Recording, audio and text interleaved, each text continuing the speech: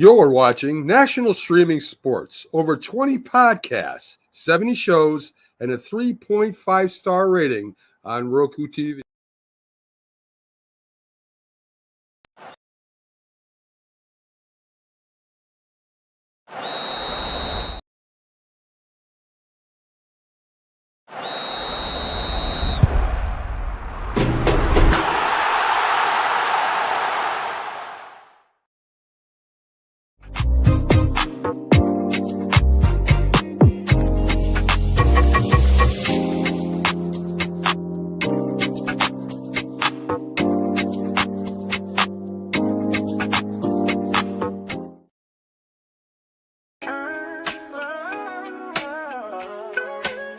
Yeah, yo, it's game time, ain't no messing around. Huddle Sports Network, the best in town. From NFL rumors to the latest trends, we got all your sports, just tune in, my friends. Catch us on Roku, Fire Stick, take your pick. Facebook, YouTube, where the action's slick.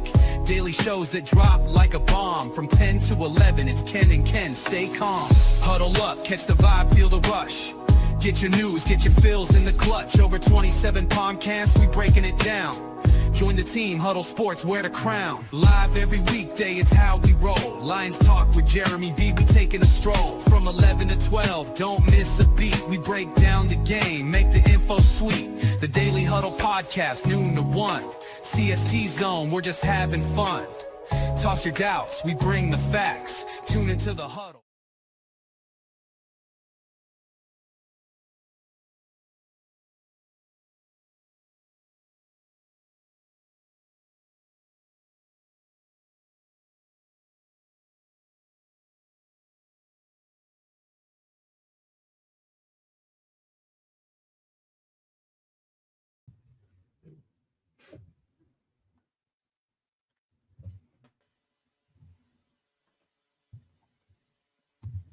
Good evening and welcome to another edition of National Streaming Sports, the midweek professional show. Of course, we had a lot of shout outs to give before the show started today. Shout out to the Huddle Sports Network, Elite Sports and Entertainment, as well as, of course, our home here, National Streaming Sports. Make sure you guys download the Roku app, follow us, all that good stuff. Good evening to Keith, Angle, James, Martin, Mike Tipton. I'm Sonia Pearson, Brian Art, and Bo Crouch. Good evening, gentlemen, and welcome to our midweek show here. Hello. How you doing? What up, though? So far, so good. So far, so good. Well, let me tell you who's not doing good. Well, maybe he is doing good because he just signed a contract and he's at home. I don't know, pulling the lint off his scrotum right now. None other than Tom Thibodeau, the New York Knicks coach, who was escorted out of there faster than Knickerbocker, the mascot himself. Keith, first of all, the Pacers are coach killers. Let's put that out there. They got they played several teams. They players, this is just what they do. 3, 2, 5 days later, and once again, true to form, Tom Thibodeau is at home right now, probably making a pot of spaghetti for free on his own time. This is James Dolan doing his best bad George Steinbrenner impression, because you just fired a coach who took your team to the conference championship for the first time in 25 years and the second time in about 30. Hello, who, Danny. by the way, won 24 playoff games when the 13, I'm sorry, I got to get this right. The 13 guys before him won 17 combined. Yep. Are you kidding me? There's no plan. If Johnny Bryant's the next head coach, totally unproven, well respected around the league, but you have no idea what you're going to get. And the other names I love Jay Wright. Jay Wright's not taking his job. If they had Jay Wright in their pocket, I would say I'm okay with this move. I really would say that. But Jay Wright's not taking his job. Danny Hurley, he's not going to take the job, and he's a horrible fit. There's just no plan here. They're going to end up with an unproven assistant coach to try to get this team over the hump to the championship.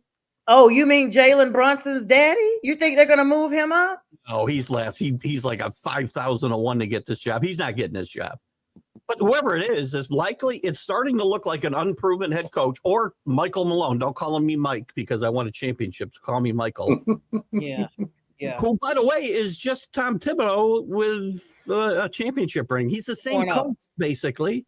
Mhm. You're not getting a different voice if you bring Michael Malone in here. It's the same voice, just a different body. And I'm flabbergasted. I thought he could be in trouble early next year if they got off to a bad start. Yeah. Never thought this would happen. You know who it's going to be? You know it's going to be, right? Because it's the Knicks. So they're good. They're going to do something dumb. It's going to be like D'Antoni or, why not? We're going to bring D'Antonio back. Yeah, that would be classic Knicks for sure. I mean, that's wild. Hi, Brent. You got to have some plan. You can't fire the best head coach that you've had in 20 plus years. I Clearly, have never heard is heated. Keith is heated. Listen, have at it, Keith. Listen. I have never heard Keith say anything other than fabulous that started with an F. And I literally was like, wait, was there a glitch over here? Did I drop an F-bomb? It was. I think it was a partial. Like it got there and then it back in. It was coming out, and you were like, bring it back in. The reason for that is Keith saw me, and he knows I'm wild and loose with the F-bomb. So Keith, let it out, brother. If you got to do it, let it out. I mean, look, I get it. Coaches got to go at some time. You can't fire the players, right? But this is ridiculous. I don't. You can't convince me this is the right move. I get.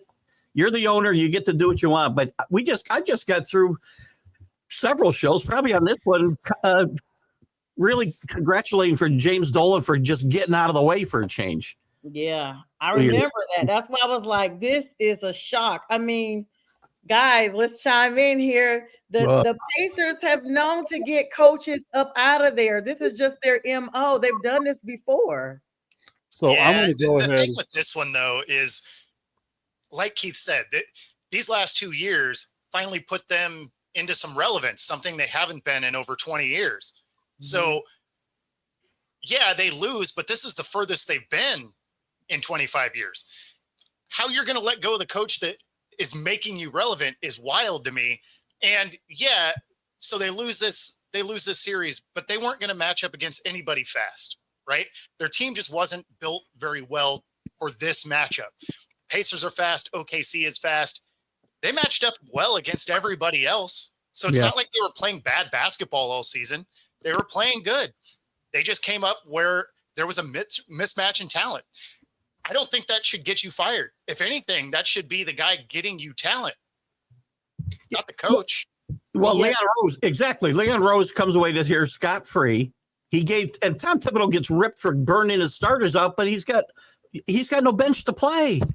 What is he supposed to do? I mean, again, Chip was getting ready to say something. Hi, Rick.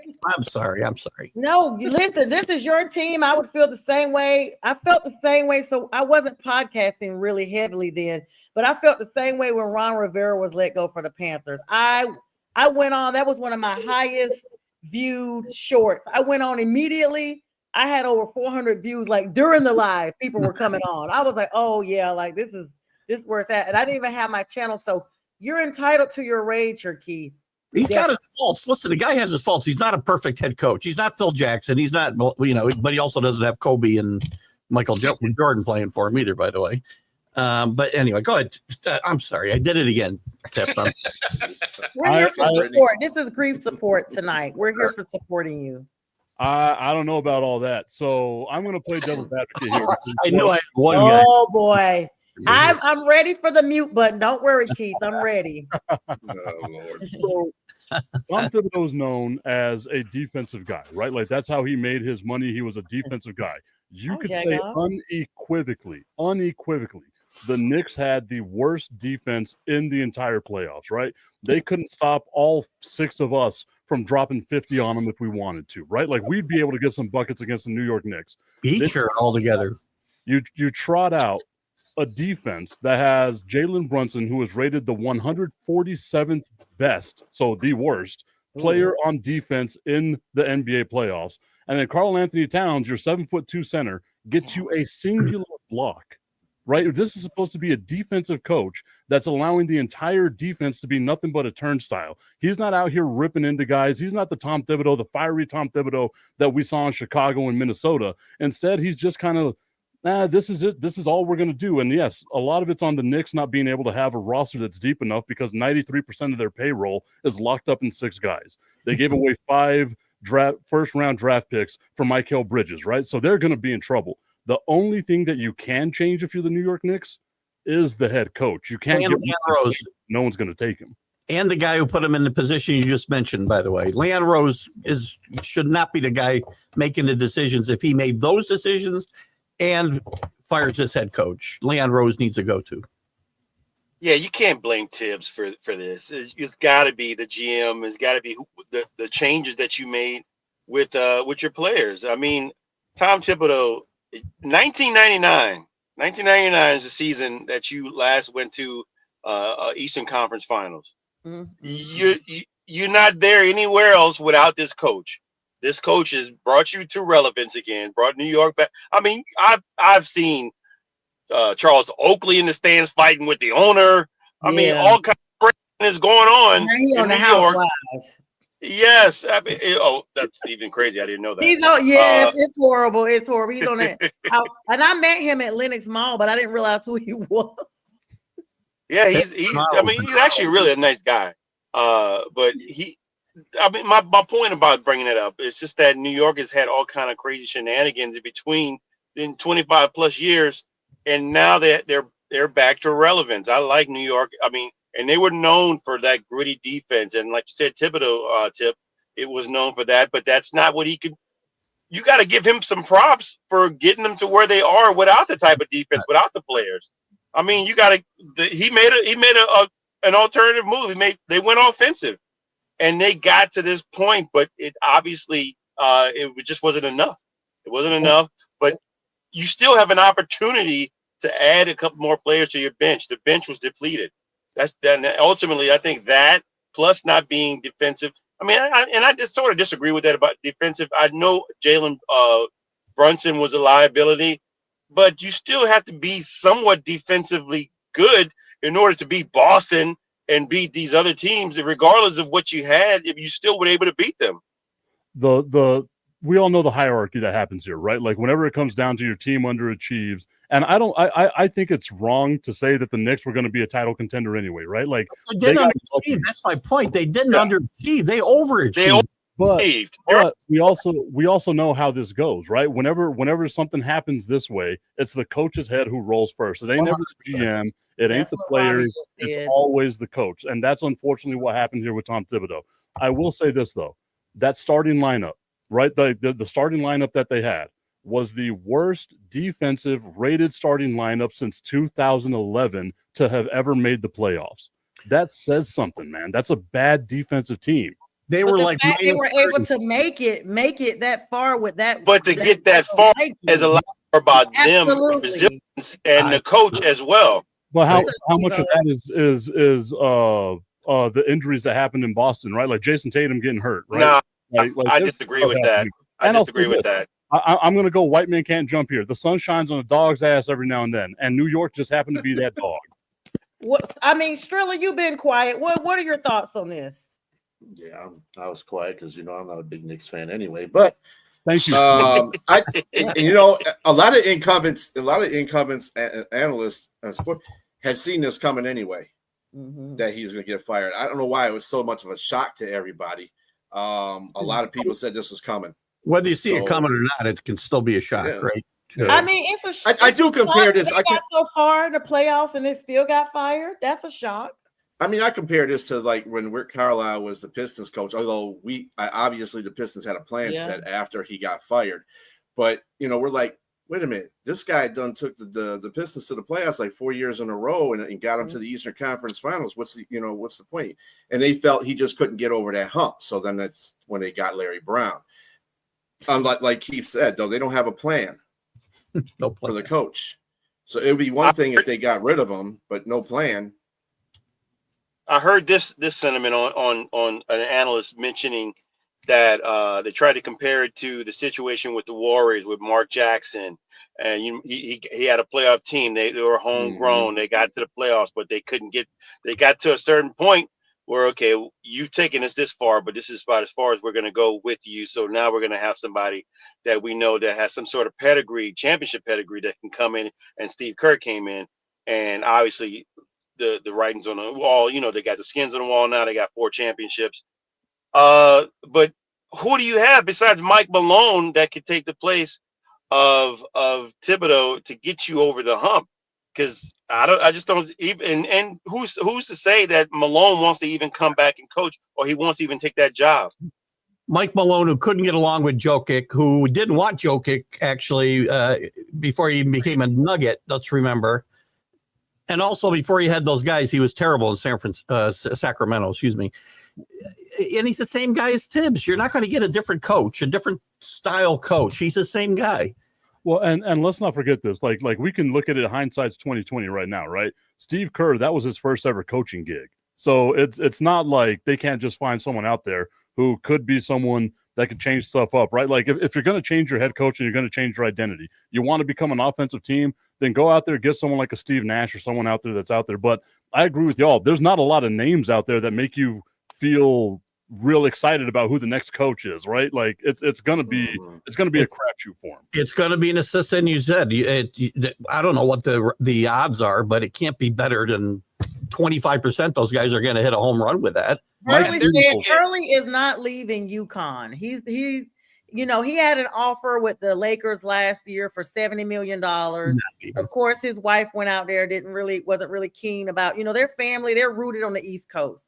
So my theory was, okay, if the Knicks wanted him, because he's already basically, signed through his contract and everything. And he said he's excited about the new roster coming in for UConn and being able, to mentor and shape young men's lives. But I think, if the Knicks really want to try to ask again, that they could maybe offer a little bit more, maybe $85 million instead of the $70 million that the Lakers were offering, and we could get him to come out there for the Knicks. He's already still in the same part of the country. It's still in the same area, but he has to remove his dedication, and it's going to be an acclimation because he's never coached in the NBA before. I think he's a horrible fit. I don't think he's got the right temperament to coach in the NBA, quite frankly. He might get his tail whipped by one of the players. I mean, I like him. I think he's a great college coach. I really do. I do not think he'll be a good NBA coach. If I'm going to college, I'm going to Jay Wright, and I'm offering him anything he wants to come to this franchise. Anything. He's not coming.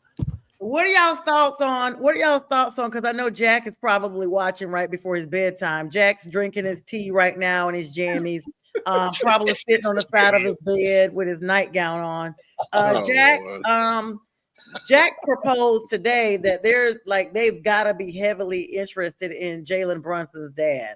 And I don't agree with that. I think it's a difference in having somebody play with you like your son as opposed to being your coach. Because your coach is making all the calls, and you can't tell me that nepotism wouldn't play a part of that. And he's already been looked at before by the league about that too.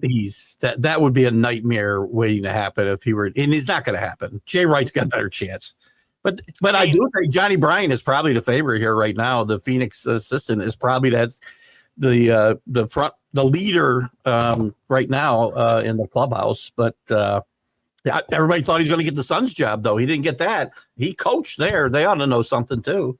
I'm gonna tell you, they got a New York state of mind for real, because the president fired Thibodeau. He took this team to the playoffs 4 out of the last 5 seasons. Like you guys said, who better are they going to get unless you're getting the Pacers or the Thunder's coach at this point to come in and take it off? And like we've all been saying, he was criticized because of his intense coaching style with those vets, not bringing in the bench, using your starters a lot, and the fatigue, basically player fatigue. And I mean, my thing is, yes, he did that, but he got the wins. Nobody got majorly injured on the team. I don't know if they're trying to prevent them from going into a 6th season with him doing the same thing and possibly worried about major injuries or what, but the president got him up out of there. I mean, if they had a 6th man of the year, I was not aware of it. Like, their bench wasn't exactly awesome. Right. So, yeah, they didn't use them a lot because they wanted to win games. You got to have dudes sitting on that bench if you're going to go to your bench and try and win. And whoever comes in as a coach next, unless they get to the conference finals, it's going to be viewed as a loss. Yeah. And a lot of this is a generational thing. A lot of these younger kids, they're just not going to. They don't want to do those stuff that guys did. Oh, I mean, Gen Lord. X's or Not even fine. millennials have done. Now it's Gen Z's. It's just different, man. It's just they don't want to do, and they want the money though. They definitely want the money. I always say these new generation, if they had a job getting paid to sleep, they would wake up and quit. That's how lazy they are. That's something y'all can use. That I made that up a while back, and people think it's hilarious, but that just lets you know how lazy they are. That's real lazy. You get up from a job, you getting paid to sleep and quit. Except they wouldn't even tell you they quit. They just wouldn't come back. Yeah, they would just wake up and drive off. By the way, I just had to fact check myself on my playoff stat before, and I'm wrong.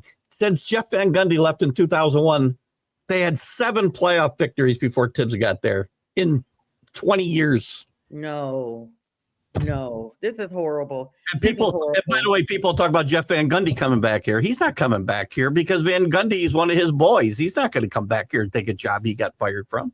What about Stan? What about Mike Budenholzer? What about one of those guys? You know what? They could go there. I mean, Budenholzer got a bad, really bad deal in Phoenix. I mean, he's a good coach. Look, if I got to take one of the retreads, I probably would take Budenholzer before I take Michael Malone. Didn't Budenholzer win a championship? Yeah, he won in Milwaukee. Yeah. I mean, he's got pedigree. Oh. And with the Spurs, bring that Spurs class and style to New York. Let's make that work. Make it sorry, sexy. I did that out loud. Let's make it sexy. You know what? Let's do something crazy. If we're going to just do this for the sake of doing it, let's name a woman head coach. How about that, Sonia? How about that? I will put in for that. Yes, and then you guys can just come on the court, and we can go live from the court. There you have it. We'll get my girl from South Carolina. There you go. There you go. No, she'll toughen them up. Don Staley, if you're watching, hit my guy up. Yes. Please, just hit my guy up. Yes, the Carolinas, period. Speaking of, I'm going to have one of Dawn's friends on sometime between probably around July. She played in the league with her. She's one of my sorors, and super excited to have Wendy come on and join us. And so that's in the works now. And I've already told her I need her to try to bring Dawn. So she may surprise us, and Dawn's on the side with her. Who knows? B's going to be there with a freshly polished head. It's going to be. It's going to be shining. I know. And he's going to have dye in the beard. It's going to be darker than mine. Oh no, the Beijing. Hey, I got to get in on some of that. I want to be me. I will be proud. The peppers where it's at. You gotta. Yeah, if you get a mix, it's cool. I got stripes. Like I've been going for like 2 weeks. This thing here. Yeah, I don't have one of those yet. Even though when I go get like any type of brow waxing, if I don't get it with my friend and I go to a shop, they're like, you want your mustache too? I'm like, I don't have a mustache. You're right here. I'm like, and then when they do it, it burns so bad. Like it feels like my face is just like horrible for days. I'm like, listen, whatever little fuzz you see, just leave that there. Like, I don't need you to zero it and show me. 23 after the hour. This is a record, I think, we went less long without going off the rails. Good job. Even though I started out talking about Tom Thibodeau pulling the lint off his scrotum. So I'm glad you I want to know about that. Like, I don't think I've ever been there before. Has anyone ever been there? You're just picking the lint out of your scrotum? I got that from Nutty Professor. I got it from Nutty Professor when she's talking about Cletus. And she's like, you're limping over here. You're walking over here, but you're limping back. All you need to do is go be picking the lint off your scrotum. That's what she tells him in that scene. Oh, my goodness. Listen here, you old head. You better not come over here, Cletus, because all you better do is go put the lint off your scrotum. All I know is it sounds like fun. It's a very, very naughty thing to do. I've done it many times. Oh my God. All right. So as we know, we're going to put this last plug in here. Of course, the Pacers Thunder's kicking off round 1 of the championship game tomorrow night. Everybody's basically got the Thunder still electrocuting them, styles like True Thunder, Thunderstorm. They think the Pacers are not going to be able to keep up with this because the Pacers literally had to exhaust themselves offensively in the last couple of matchups just to stay where they are. But I like to remind people The Pacers were number one in their division for a very long time, and they have earned it, and this is where they should be. However, I will say this. Siakam, I did not see him being named the MVP of the Eastern Conference. And what's so shocking is Tyrese Halliburton decided he was going to step forward a little bit. I don't know if you guys saw that clip. I tried to share it. He just knew they were going to call his name, and then he kind of did the Bart Simpson or Homer Simpson and stepped back into the bush when he realized it wasn't him, guys. He should have been. I mean, Siakam played a couple of good games, but as overall, the guy that's their MVP is Halliburton. You think his dad caused him that? You know, maybe some little behavior there with him. It might have been a little riff. Nah. I think it's just the heat of the moment. I think Siakam had the best game the last game, you know. So I mean, and his big games were really big games. I mean, he had a couple 30 he had 3 30-point games. So like to say that he didn't earn it, like he did. But all the moments, everything that you're going to remember about this Eastern Conference Final is because of Tyrese Halliburton. That shot at the end of Game 1, the luckiest shot in the history of shots, right? Like it's everything that you're going to remember about this, and then it's going to be a trivia question 10 years from now. Who won the 2025 Eastern Conference MVP? And everyone's going to sit there and be like, it was Tyrese Halliburton. It had to be. And instead, it's going to be Pascal Siakam. Yeah, that's definitely going to be a good question. Let's switch over to some NFL news. Of course, you guys make sure you stay tuned. We'll be keeping everyone abreast of these championship games throughout all of our shows. B. Strill and myself will be kicking off the No BS show tomorrow night. I'm excited about that. It's the No little K, capital N, capital O, BS for B. Strilla and myself, Brian and Sonia. And we're going to be excited. We're going to be talking about things like that. Super excited tomorrow night at 8. Make sure you join us then. I'm going to switch gears here for some NFL news. I know Bo brought some vids for us. But before we get into those, I want to go ahead and talk about an icon today. Sadly, Jim Marshall, legendary Minnesota Vikings defensive end, all-time Iron Man, known as the Wrong Way defensive player, had a big play back in 1964 where he was playing the 49ers and went into the 65 yards to the wrong end zone to return a play with a safety, of course. He died on yesterday at the age of 87. Life well lived. Purple People Eater, known as the cornerstone for that defensive line, and made 4 Super Bowl appearances for the Minnesota Vikings, played 20 seasons in the league, but 19 of those was as a Viking, known as Captain Jim, guys. Thoughts, of course, poured in everywhere for the Vikings organization. Purple People Eaters. I had to make sure I said that tongue twister. Say that 3 times fast. I got to make sure I contain myself because I had a too soon joke about I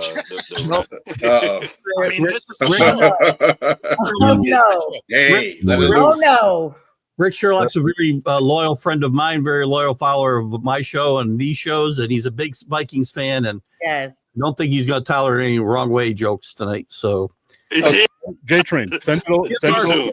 Send it over to me. I'll say it. I got no problems. Send it over to me. I tell you, if I get 87 years out of this thing, joke away, because 87 is solid. I'm banking on 100. Listen, but I will certainly take 87 over 47. When you get to 65, I'm not even signing up for 87. I want like 100. Yes, that's right, Keith, because you don't even look it anyway. I'll have to keep working now, I think, if I'm going to go to 150. Listen, Jim Marshall, all joking aside, was one of the most underrated players in NFL history. Held the long consecutive streak for a long time. He wasn't far behind 2 guys in the Hall of Fame, and Alan Page and Carl Eller in sacks. There was a very famous story in Sports Illustrated years ago, and I don't know if you guys remember, about him and on a Arctic trip where he got lost and nearly froze to death. He's a great player, and he, unfortunately, sadly, he's going to be remembered for this, trip going the wrong way, when he was a great player for over 2 decades and play on some. So you just gave me another too soon joke about going the wrong way, going the wrong way in Arctic. I mean, come on, man. No tip. No. I'm about to start using the mute button. I can see Tip now. No. We're Not having a when big this show, man, Tip. Wait this till man Friday. has not even made it to the morgue yet, y'all. He Uh, is still in the hospital at their morgue. So even better, if the Rest body's in warm, peace to go. rest in peace to a great part of that defensive purple people eater line. Rest in peace. 100%. Absolutely. All right. So listen, in other news, Saquon Barkley, and this is a good segue for Bo to bring in his props that he likes to bring for us, has graced the cover of Madden 26. I will say shout out to the Carolina Panthers. I saw that they made their own Madden. I would not share it with you guys because I don't want the laughing emojis and all that you guys try to give my team. But just go to the Panthers page. Carolina Panthers made their own Madden covers. What's up, Monkey to Fade It? And guess what? Rick says Vikings still won that game against San They did Francisco. I win. was wondering about the outcome of that. Thank you so much, Rick. And that's right. Careful, James. I didn't see Rick comes on here. This is the Don't thing. mess with us old guys. Telling This you is right the now. thing. This is what happens when there's so many people viewing. You can't tell who's still here. So Rick came on earlier, said hello, and we haven't heard anything else. So I'm thinking Rick's going on making dinner or something like that. No, Rick is like, I'm right here, guys. He's Please waiting in the weeds. That's say what the wrong thing about the Vikings. Yes. So anyway, Bo, you have a prop for us. And what's up, Monkey? yeah. Well, I mean, it's the Madden curse. I'll Right? put it up for you. And of course, Barkley doesn't just have the Madden Oh, curse. well, are you ready? It's two curses. Are you Oh. ready for it? yeah, no, do it. I'm so sorry. I forgot. I should have given you that power. Here you go. Oh, now it's super It messed was up. much more interesting the first time. Yeah. Yeah. Pressing delay. I don't know what you did, but I am riveted right now. yeah, Right. Let's try it one more time. whatever you Edge of my changed seat. knocked it out completely. Yeah, it sure I did. Mm. What happened? Mm. Oh my gosh. I put it up there. Okay. I have no idea what you did, but that is That sounded amazing. like who was it? That It sounded seems like like a super not useful feature, whatever it was. I don't know what happened, but So there Bo, goes. Here, I'll pull them out and redo it. Mm. yeah, I don't know. I can see it. Let's That see. was super cool. Yeah, I don't know. well, Oh, he took it out. Okay. Oh, Yeah. I'm just gonna bring it back in. you 'cause know I don't- what? That's not Hey, appropriate. you I'm know so the sorry. idea. All right, guys. So listen, I'm uh, gonna go ahead and go now. Yeah, so that Madden curse, it's a thing, right? where'd she go? I said the Bo, wrong thing. I There said we the go. wrong thing. All right, go ahead and do it. Okay. Let me go ahead and see if where is it? Mm. It's there. It's right there next to him. Oh, there it is. There it is. All right, here we go, guys. Barkley These comments doesn't belong. just have Ah, the there you Madden go. curse to compete with. It's two curses this coming year. Yeah, let's start with the Madden curse. Everyone knows. Running backs in particular on the Madden curse. Christian McCaffrey only plays 4 games the next year. Peyton Hillis only 1,200 yards the rest of his career. Sean Alexander had 27 touchdowns to make the Madden cover, only 11 touchdowns the rest of his career. Marshall Faulk, 0 seasons of 1,000 yards after the Madden cover. Eddie George, 3.2 yards per carry. So we know the Madden cover curse is real for running backs. Are you familiar with the Offensive Player of the Year curse that's developing? I never heard that one. Only 5 years in the making, but the last 5 years, Michael Thomas misses 9 games after being Offensive Player of the Year. Derrick Henry misses 9 games. Cooper Kupp misses 8 games the following year. Justin Jefferson, 7. And Christian McCaffrey, 13. The last 5 Offensive Player of the Years have had their year followed up with massive injury. Madden cover and Offensive Player of the Year curse. It's too, I wouldn't be drafting him in the first round of fantasy football, I'll tell you. My That's just groovy. That is just groovy. I mean, Gallery it's around. something to definitely think about. Bo, I'll let you elaborate because you always bring these in here. What's up, Jermaine? How you doing? Let's go to you. All right. Your thoughts. I mean, one thing to keep in mind with Saquon is he has been hurt a fair amount of times in his career. And, obviously he had a banner year last year. They do have a fantastic offensive line. So it's at least he's not running into the big uglies up front. But, there is a pattern here, and he's filling out all of them. Yeah. But he's already been hurt. That's got nothing to do with the Madden curse. I'm just not a big. I'm not a big curse guy. I mean, So get the man some stuff to throw over his shoulder. Come on. They're talking about the next year after you win those things, though. No, I know, but we can't talk about his history and say that's part of the curse because I'm a simplest guy. I'm an Occam's razor kind of guy. I don't believe in conspiracies and all these deep-seated curses. It's just to me. I'm probably going to get struck down by karma any second right now. So you know why he doesn't believe in it? Because they've overcome deflate balls and everything as a Patriot fan. Why would you believe in any type of karma? We may be cursed for the rest of time because of that. I don't know. Yeah, I am going to go full on LeVar Ball, speak this into existence. Oh, here we go. I want this to, as a Cowboys fan, not only do I want this, I need this to happen. Let the Madden curse be true. Everything that happens, Saquon, I hope it's not his career-ending injury. I hope it's something that just bothers you for the rest of your career. But my goodness, I need this to happen because I cannot, for the life of me, I cannot stand watching the Philadelphia Eagles hoisting up trophies like they're a damn good team. They're garbage. Their fan base is garbage. I hate garbage. Hot garbage. Continue to take this. Call them, Tip. Hot garbage. Wow. They are dumpster juice. The juice that was in those bags that the Knicks fans were throwing at old boy, those are full of garbage juice that is from Philadelphia. Septic water. They're the reigning champions. Garbage. Septic water. They're septic water out of a sewage with all kind of stuff. How'd y'all do in the playoffs? They beat my team with Nick Foles. I got nothing to say. Oh, wow. Speaking of Cowboys, let's just go over here real quick. Micah Parsons got the nerve to be standing around talking about he going to hold out over a rookie contract, the last part of his rookie contract. I think this is a copycat thing, what he saw CeeDee Lamb do last season. I'm really sick of this, y'all. I'm sick of these rookies, players coming in here. I want this money. I want this money. If he gets the contract he wants, he's going to be the highest non-paid quarterback in the league. It's happening. I'm just going to tell you, it's going to happen. There's and he's proven nothing. He's proven nothing. No, he's actually pretty good. No, let me tell you, that's just like Trevor Lawrence getting this big contract for the Jaguars. No, I disagree with that. Trevor Lawrence is nothing but hair and flash. He's a Barbie. He's a male Barbie. Trevor Lawrence is fine, though, but he can't throw the ball. I mean, he can throw the ball, but he's just not good. He's not worth $250 million. The key here is what makes Micah Parsons so much better? Defensively, he makes things happen. They need help around him on the defense, I think. But he's a legit game wrecker. He can be a game wrecker. I agree with James. Why would you need this to happen? Dallas is gonna make the playoffs anyway. Talk about hot garbage. Yeah.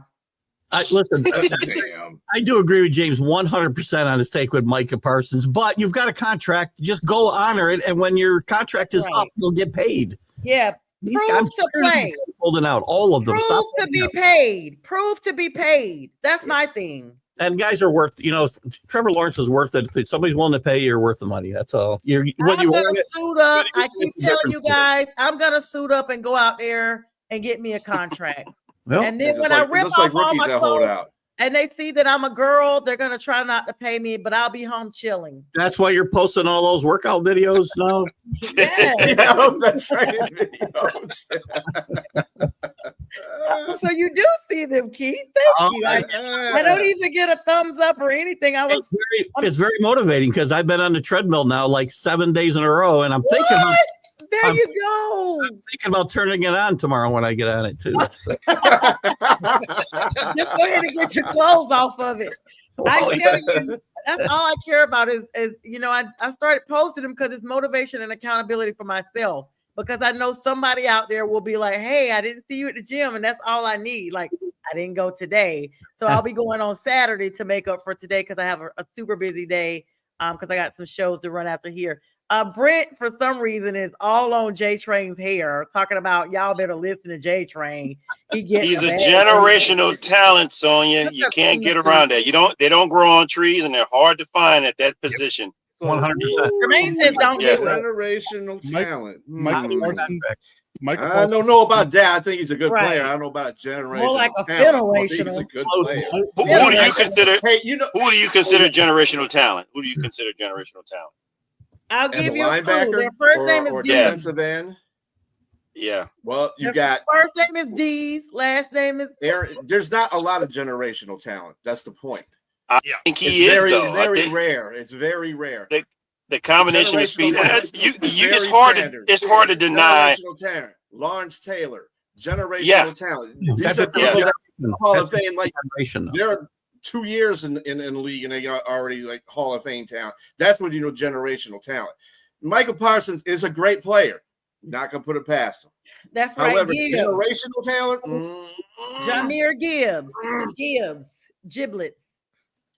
Okay, so Gibbs is not generational. No, he's not good. a generational talent. I was about to say that guy's drunker than me. He thinks Jameer Gibbs is generational talent. Bo, what happened to your other prop, Bo? You had another prop up there. I don't see it.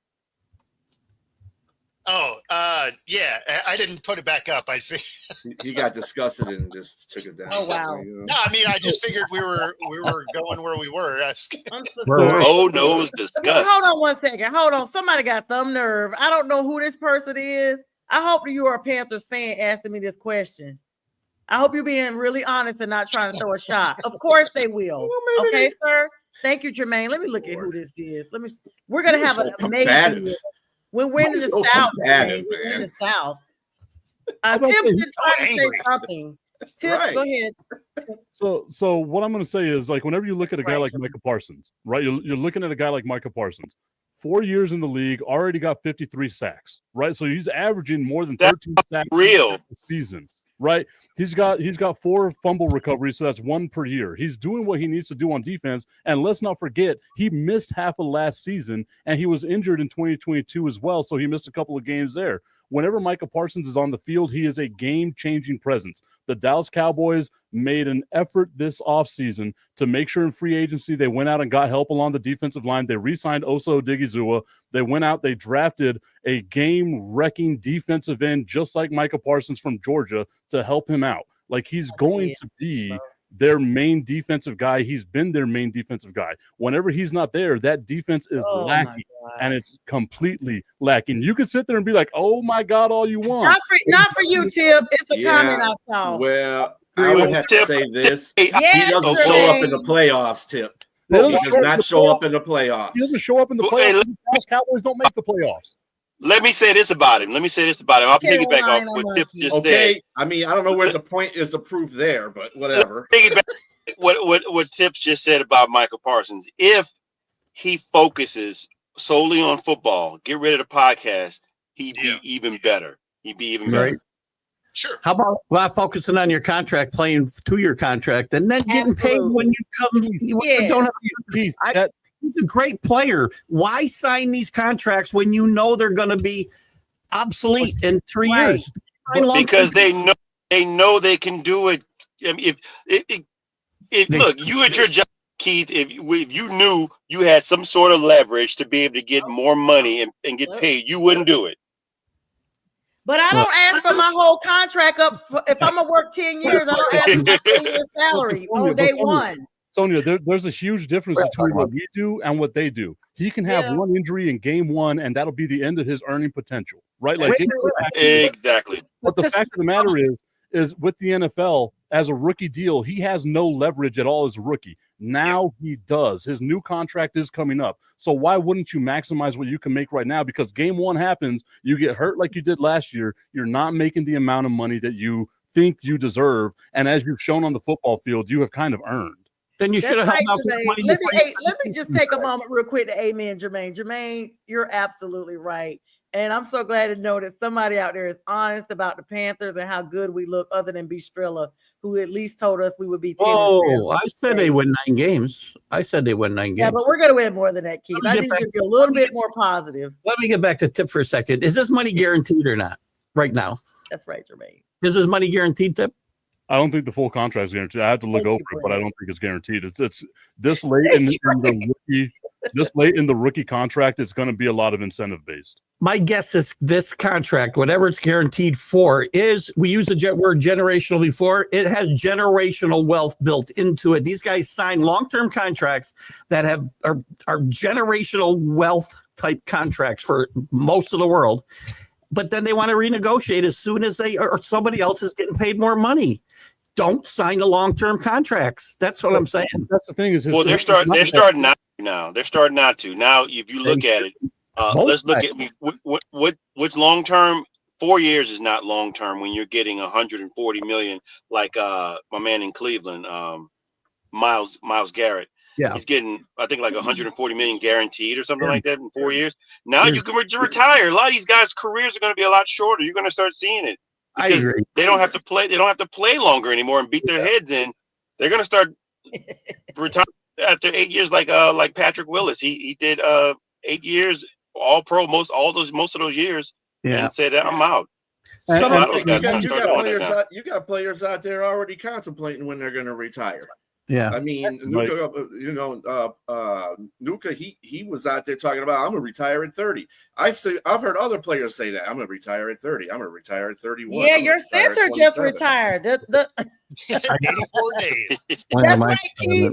Keith got the whole. I mean, Keith is retiring when the NFL season kicks off. So he retired. He retired not because he wanted to retire. He retired because he had health issues. Oh, you know how hard it is to play on a toe that's been messing with you for 5 years. That's a long. As an offensive lineman. Yeah, that's a long time. And getting back to Micah Parsons real quick, like he didn't have, like it wasn't his decision to sign a contract the way that he signed a contract. The rookie deal stipulated your first round pick. You have to sign this 5-year deal with an option at 4 years. He's just saying, look, I want to be a Dallas Cowboy for a long time. Pay me to be a Dallas Cowboy for a long time. And this is the thing that I think is so funny about this. If Jerry Jones waited to the end of this year, everyone's going to sit there and be like, look at Jerry Jones waiting to the end of the year again, all over again. They're trying to get this deal signed before the season gets started. It's bucking against the normal curve that we get with the Dallas Cowboys. And somehow, some way, the Dallas Cowboys and Micah Parsons are wrong for doing it. Well, to be fair, a lot of my feelings about this subject in general, and it's got nothing to do with Micah Parsons. He's a great player. In other sports, especially baseball, where money's almost always all guaranteed, and then guys, they sign 12-year contracts, and 2 years in, they want opt-outs. Besides me giving you long-term security, right? And I know in football it's a little bit different, and I should temper my argument probably towards that. But in general, I hate these conversations and holdouts in general. So he's a great player, and he'll get his money if he stays healthy. So I get your point. To Keith's point, though, I gotta say that I don't mind too much of Micah fighting for his right. Okay, but when you got these rookies coming in here holding out, you ain't playing down a real football yet. Nobody. Shut up and sign the contract. Damn. So, you're in the NFL. You know how many people get in the NFL first place? Starting from high school, pee-wee football. Come on. And Keith, just to let you know, since he came into the league, Micah Parsons has made a grand total of $17.1 million. That's not a lot of money. Okay, that's fair. Yeah. So So Tip, are you satisfied with the segue we gave for the Cowboys today? I mean, it was much. I didn't even think we were going to talk about the Cowboys. So I try to bring them in when I can. I just want to. It's a ratings monster. Anytime we talk about the Dallas Cowboys, it's a ratings monster, baby. Yeah, I mean, I'm just so glad all of the fans could get out of counseling to watch it. Tonight, because they're all in therapy. Bo has another prop for us that I want to make sure we get to. Bo, feel free, take it away. Go ahead and hit play. I don't want to touch nothing. Like you do your thing.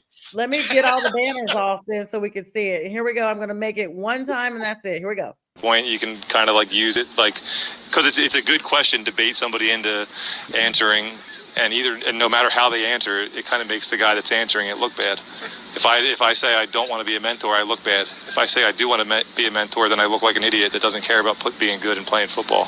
So it's one of those questions that no matter what I say, you guys can write what you want to write about it. And there's a lot of questions like that. That's why you end up having to try to avoid them. I tend to try to be honest. And I've said I'm not a mentor. I play football. And in a quarterback room, there's a lot of times there's been a ton of times where there's learning experiences. And I have a lot of experience and I can talk on things. And hopefully they listen. But it's not necessarily like my job to like make sure they listen to me. And, you know, hey, like hopefully you have a really good relationship.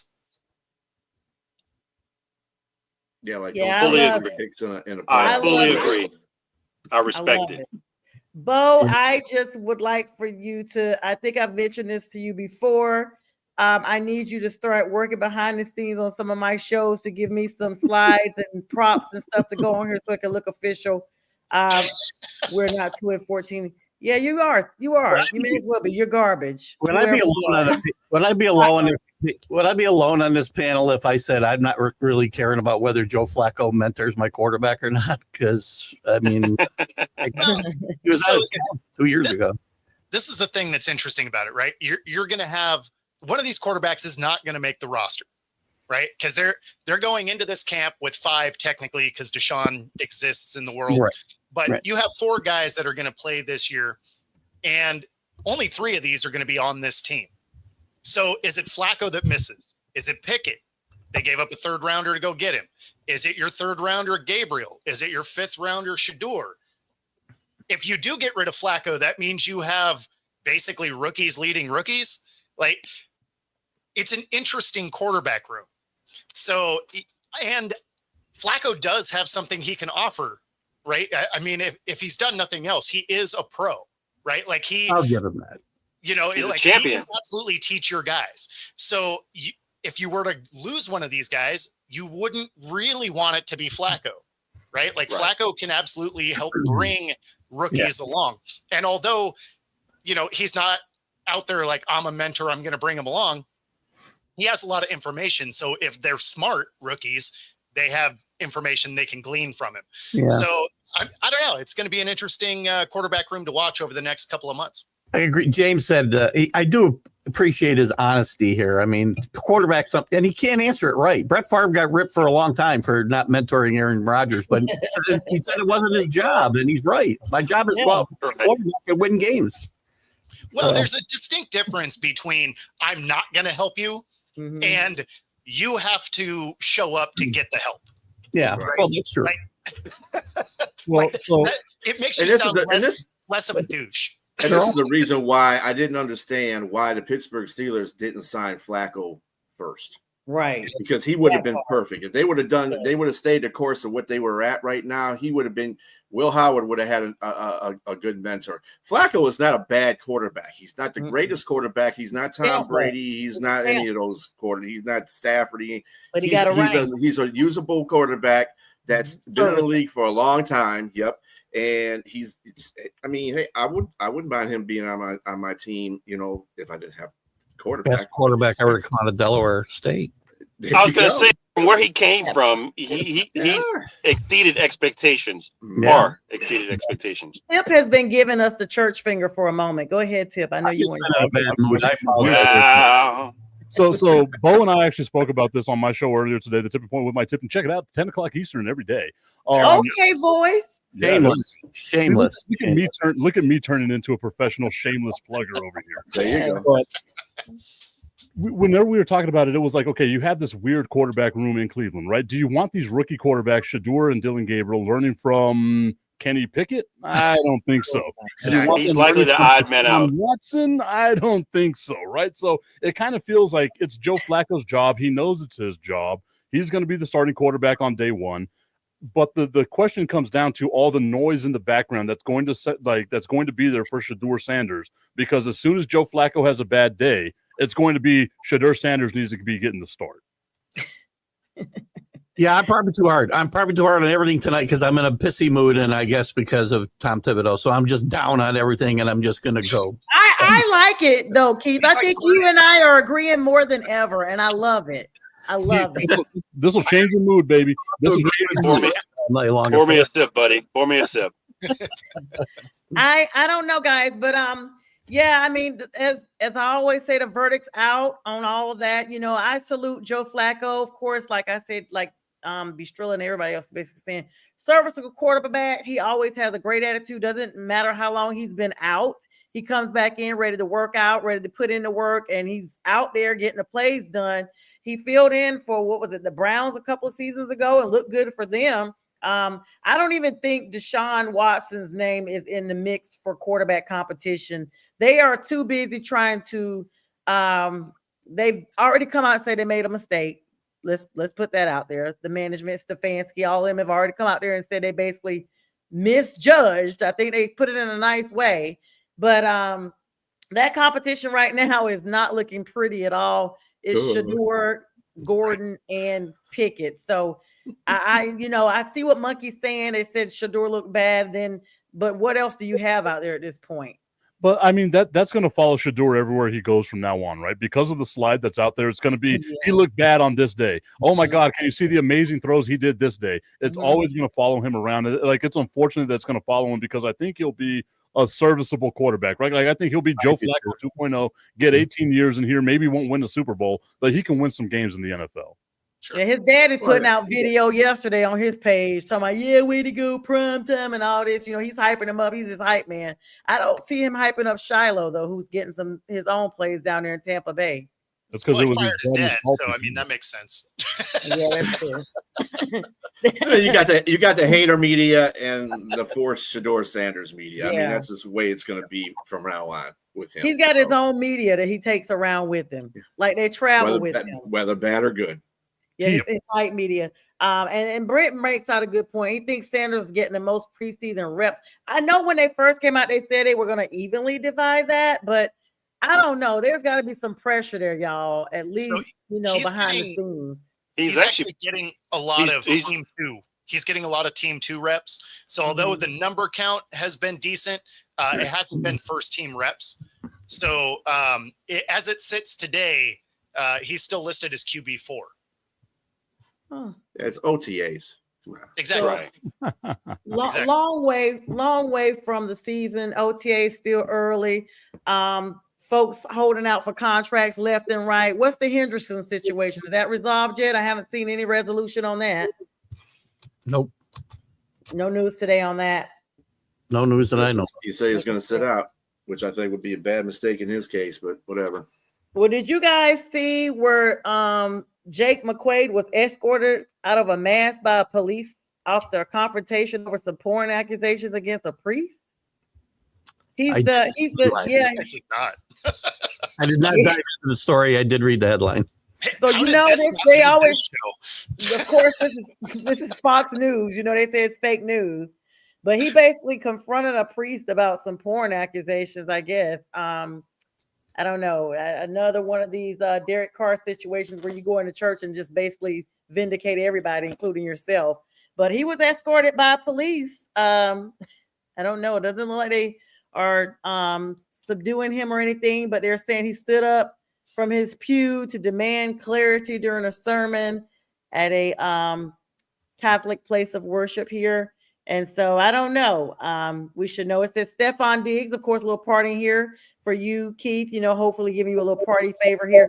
Shows up at a voluntary Patriots practice after this boating incident over these pink crystals. I would guess if he had not been called out for the boating incident, he would not have shown up at the voluntary practice the other day. Exactly. So, Keith, I mean, come on, guys.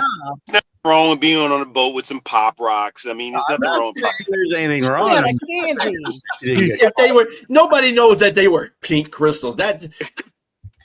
I looked at the video like 5 to 10 times, and I couldn't see what. Come on.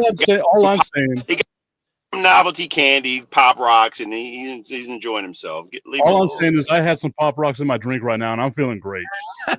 And speaking of feeling great, that's where we're going to make an exit stage left. What? This has been a great show as always. Good job. Anything will be on later. I'll be on at 8 tonight, but I'll be doing an encore at 9.